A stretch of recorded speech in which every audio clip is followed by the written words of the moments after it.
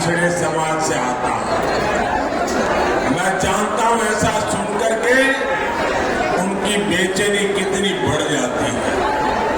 उनको लगता है हमारा तो भविष्य डूब जाएगा।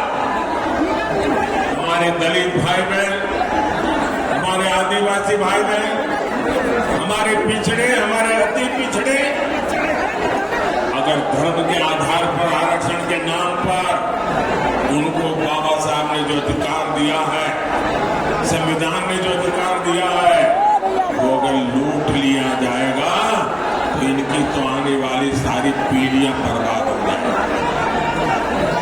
लेकिन इन्हें न बाबा साहब की परवाह है, न इन्हें संविधान की परवाह है।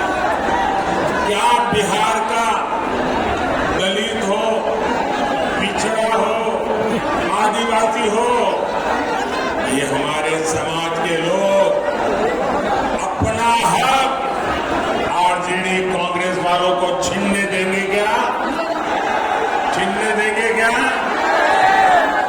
और मैं आपको गारंटी देता हूं, जब तक मोदी जिंदा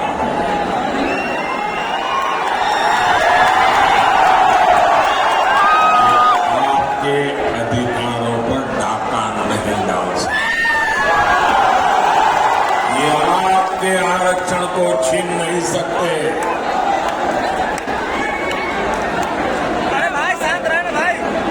वो समझ लें, वो वक्त चला गया कि आपने महिलाओं को मिलने वाले आरक्षण के कागज फाड़ दिए थे। आगे अगर ऐसी कोई कोशिश करेंगे तो लेने के देने पड़ जाएंगे। साथियों, ये बीजेपी है, एनडीए है, जो सामाजिक न्याय की पहरेदार है। आज देश में एससी, एसटी, ओबीसी के सबसे अधिक एमपी, सबसे अधिक एमएलए ये बीजेपी और एनडीए के हैं। केंद्रीय मंत्रिमंडल में 60% मंत्री इन्हीं वर्गों के हैं। इतना ही नहीं, 2014 में जब हमारी सरकार बनी तो हमने एक दलित बेटे रामनाथ कोविंद जी को राष्ट्रपति बनाया और आदिवासी समाज की बेटी द्रौपदी मुर्मू जी हमारे देश के राष्ट्रपति के नाते मान लिया।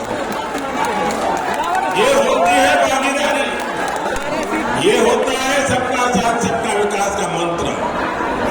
भाइयों बहनों, कांग्रेस आरजेडी ने मिलकर बिहार की अनेक पीढ़ियों को, उनके सपनों को तबाह किया।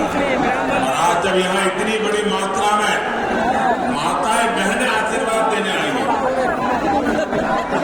40 साल से लटका हुआ एक मामला आरजेडी वालों ने पार्लियामेंट में जिन कागजों को छीन करके फाड़ दिया था, मामला था इस देश की माताओं बहनों को पार्लियामेंट में, असेंबली में अधिकार देने का, आरक्षण देने का। अब इसके कारण आरजेडी की मानसिकता के कारण, कांग्रेस की विकृत मानसिकता के कारण महिलाओं को अधिकार नहीं मिला।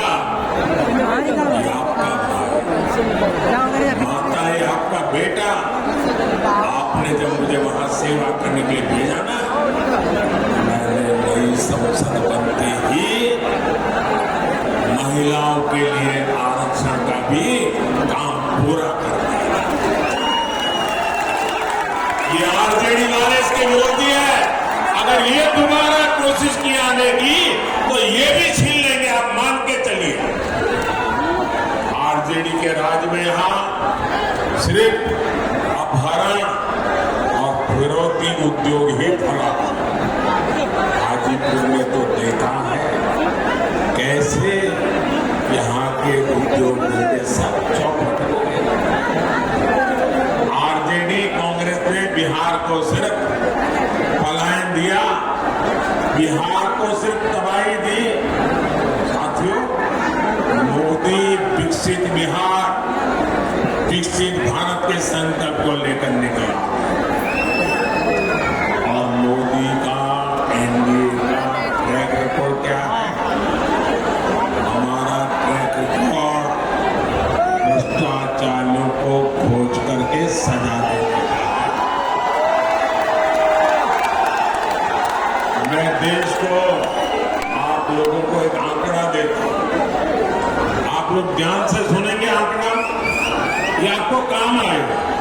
ये जो टीवी पर आप नोटों के पहाड़ देखते हैं ना, ये राजनेताओं के यहां से पकड़े जाते हैं। ये गरीब का पैसा है और ये गरीब के पैसों की लूट मुझे सोने नहीं देती है भाई। जब केंद्र में ये आरजेडी और कांग्रेस वाले सरकार चलाते थे, तब ये ईडी जो कर रहे हैं ना, ये क्यों चिल्ला रहे हैं मैं बताता हूं। ये ईडी ने उस समय कितना रुपया जब्त किया था मैं बताऊं? उस समय उन्होंने कांग्रेस के 10 साल में सिर्फ 35 लाख रुपया जब्त किया था। पूरे देश में से 10 साल में 35 लाख रुपये। मतलब जो बच्चा स्कूल जाने का बैग लेके जाता है ना, वो बैग में आ जाए, स्कूल बैग में भर जाए, इतने 35 लाख रुपए जब्त किया। और चोरी करने वाले चोरी कर रहे थे। मोदी ने, ये जो चोरों ने रुपया पैसा गरीबों का लूटा है, उनके यहां सर्च की। 10 साल में मोदी ने कितना रुपया जब्त किया बताओ? मोदी ने 2200 करोड़ रुपया जब्त किया है। उन्होंने जो पैसा जब्त किया था वो स्कूल बैग में आ जाए इतना था। मोदी ने जो पैसा जब्त किया है, अगर उन पैसों को ले जाना है तो जो छोटे ट्रक आते हैं ना, 70 ट्रक लगते हैं, 70 ट्रक 70। कहाँ एक स्कूल बैग वाला पैसा और कहाँ 70 ट्रक भर करके पैसा। और ये चोरों को नींद उड़ गई है और इसलिए मोदी को गाली दे। साथियों, इन लोगों ने को लूटकर नौकरी के बदले जमीनें लिखवाकर दिल्ली और देश में जो जायदाद बनाई है, वो सब एजेंसियों ने जब्त कर लिया। और मैं आपको भरोसा गारंटी देता हूं, जितने गरीब से जमीन छीनी है वो बच करके नहीं जाएगा। साथियों,